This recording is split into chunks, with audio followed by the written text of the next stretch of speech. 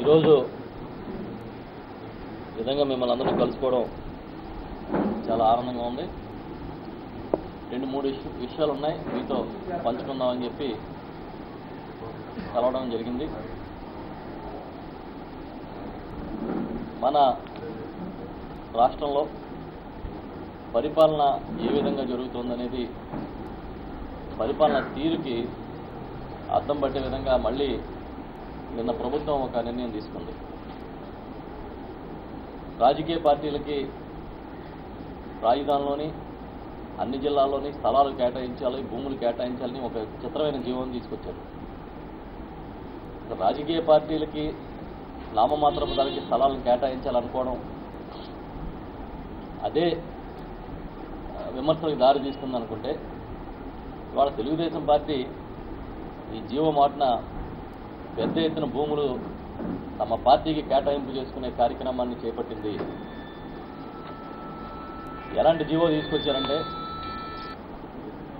అధికార పార్టీకి మేలు జరిగే విధంగా అధికార పార్టీకి విలువైన భూములన్నింటినీ కూడా కట్టబెట్టే విధంగా ఈ జీవోను తీసుకొచ్చారు.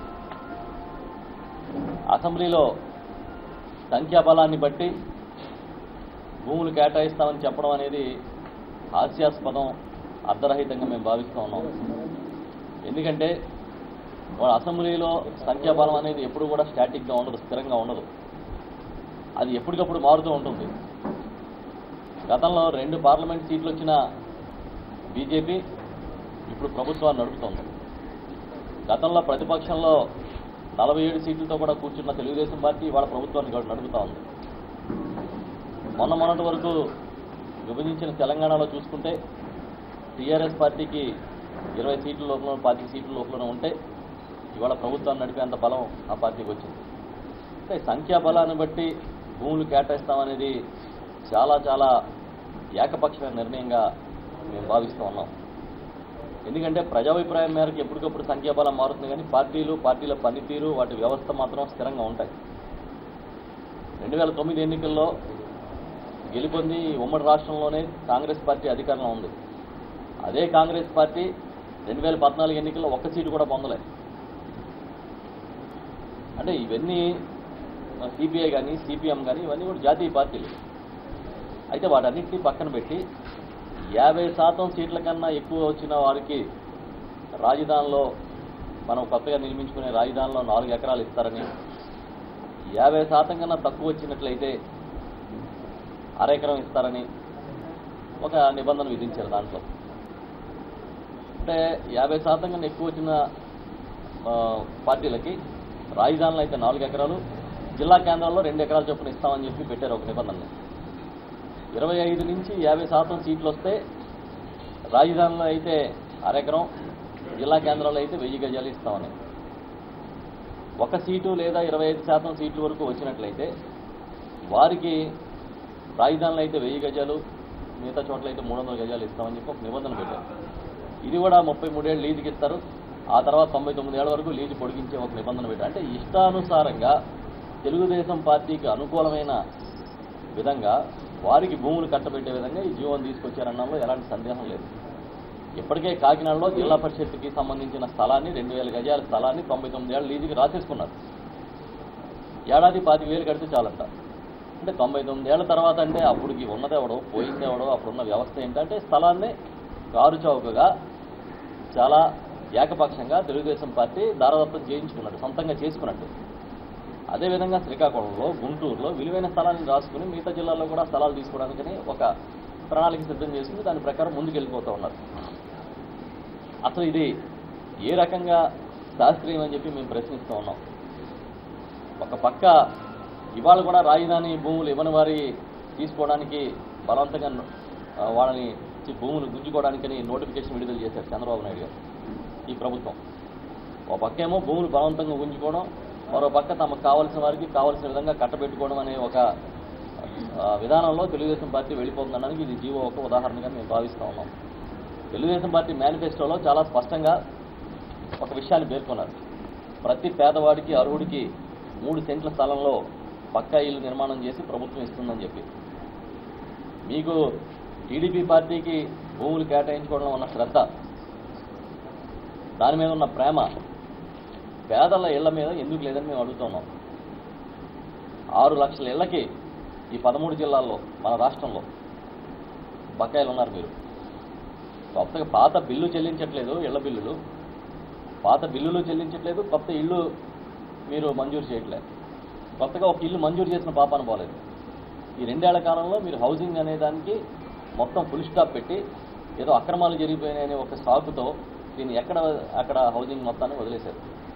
మీరు వేయించుకున్న విచారణలోనే 84% హౌసింగ్ స్కీము సక్రమంగా జరిగినట్టు వచ్చిందని కూడా మీడియాలో చదువుతూ ఉన్నాం.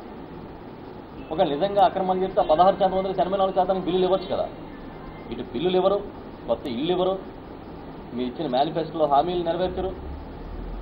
ఇంకో పక్కనేమో మీ తెలుగుదేశం పార్టీకి భూములు దాదాపు చేసుకున్నట్టుగా జీవోలు తెచ్చుకుంటాం. పేదల్ని గాలికి వదిలేసి ఈ విధంగా పార్టీలకి మేము స్థలాలు ఇస్తామనే పేరిట మీ ఇష్టం వచ్చినట్టుగా స్థలాలు పొందడం అనేది, తీసుకోవడానికి జీవోలు ఇవ్వడం అనేది చాలా బాధాకరమైన విషయం. ఇది ప్రతి ఒక్కరు ఖండించాల్సిన విషయం. ఇవాళకి చాలా జిల్లాల్లో ప్రభుత్వ కార్యాలయాలు అద్దె కొంపల్లో నడుస్తూ ఉన్నాయి, అద్దెళ్లలో నడుస్తూ ఉన్నాయి. ప్రభుత్వ హాస్టళ్లు అద్దెళ్లలో నడుపుతూ ఉన్నారు. వాటికి స్థలాలు కేటాయిద్దామనే ఆలోచన మీకు లేదు. ప్రభుత్వ సంస్థలకు కానీ, ప్రభుత్వ రంగ సంస్థలకు కానీ, హాస్టళ్లకు కానీ స్థలాలు కేటాయించే ఆలోచనే లేదు. మీకు పార్టీలకి స్థలాలు కేటాయించుకుంటున్నారు. ఇదే న్యాయం అని చెప్పి మేము ప్రశ్నిస్తూ ఉన్నాం. ఇదే కాదు, తెలుగుదేశం పార్టీ అధికారంలోకి వచ్చినప్పటి నుంచి 2 ఏళ్ల నుంచి భూముల మీద తప్ప వేరే దాని మీద శ్రద్ధ పెట్టట్లేదు. ఇప్పుడు 271 జీవో తీసుకొచ్చారు. అలా 271 జీవో చదివితే ఇంకా భవిష్యత్ అంతా రిజిస్ట్రేషన్ అనేది ఒక అయోమయమైన పరిస్థితికి, ఎవడి భూమి ఎవడని రిజిస్ట్రేషన్ చేయించుకునే స్థితికి తీసుకొచ్చారు.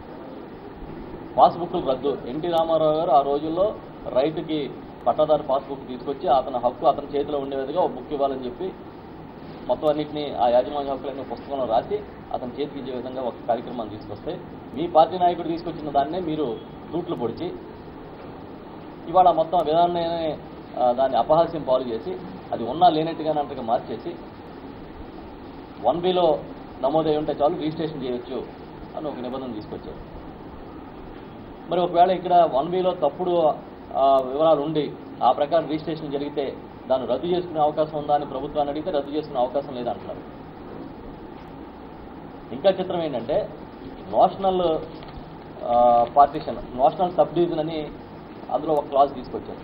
నేషనల్ సబ్ డివిజన్ అంటే ఉన్నట్టుగా భావించి భూమి మీద పేపర్ మీద సబ్ డివిజన్ చేసుకోవచ్చు. ఇప్పటివరకు ఏంటి, ఒక సబ్ డివిజన్ చేసి రిజిస్ట్రేషన్ చేయాలంటే భూమి మీదకి వెళ్ళి ఆ కొలతలు తీసి సబ్ డివిజన్ మ్యాప్ వేసుకుని దాని ప్రకారం సబ్ డివిజన్ చేసి రిజిస్టర్ చేసేవారు. ఇప్పుడు నేషనల్ సబ్ డివిజన్ అంటే పేపర్ మీదే మ్యాప్ గీసుకుని పేపర్ మీదే దానికి సంబంధించిన గీతలు గీసుకుని ఆ ప్రకారం నేషనల్గా చేసేయచ్చు. అలా చేసినట్లయితే ఇక్కడున్న రిజిస్ట్రేషన్ మీద పేపర్ మీద ఉన్న రిజిస్ట్రేషన్కి మీకు భూమి మీద ఉన్న వాస్తవ కొలతలకి మధ్యలో తేడా వస్తుంది. ఈ తేడా వచ్చినప్పుడు రేపు నుంచి రోజు భూ వివాదాలే. అంటే ఎందుకు చేస్తున్నారు ఇవన్నీ అంటే దీని వెనకాల ఒక మతలబు ఉంది.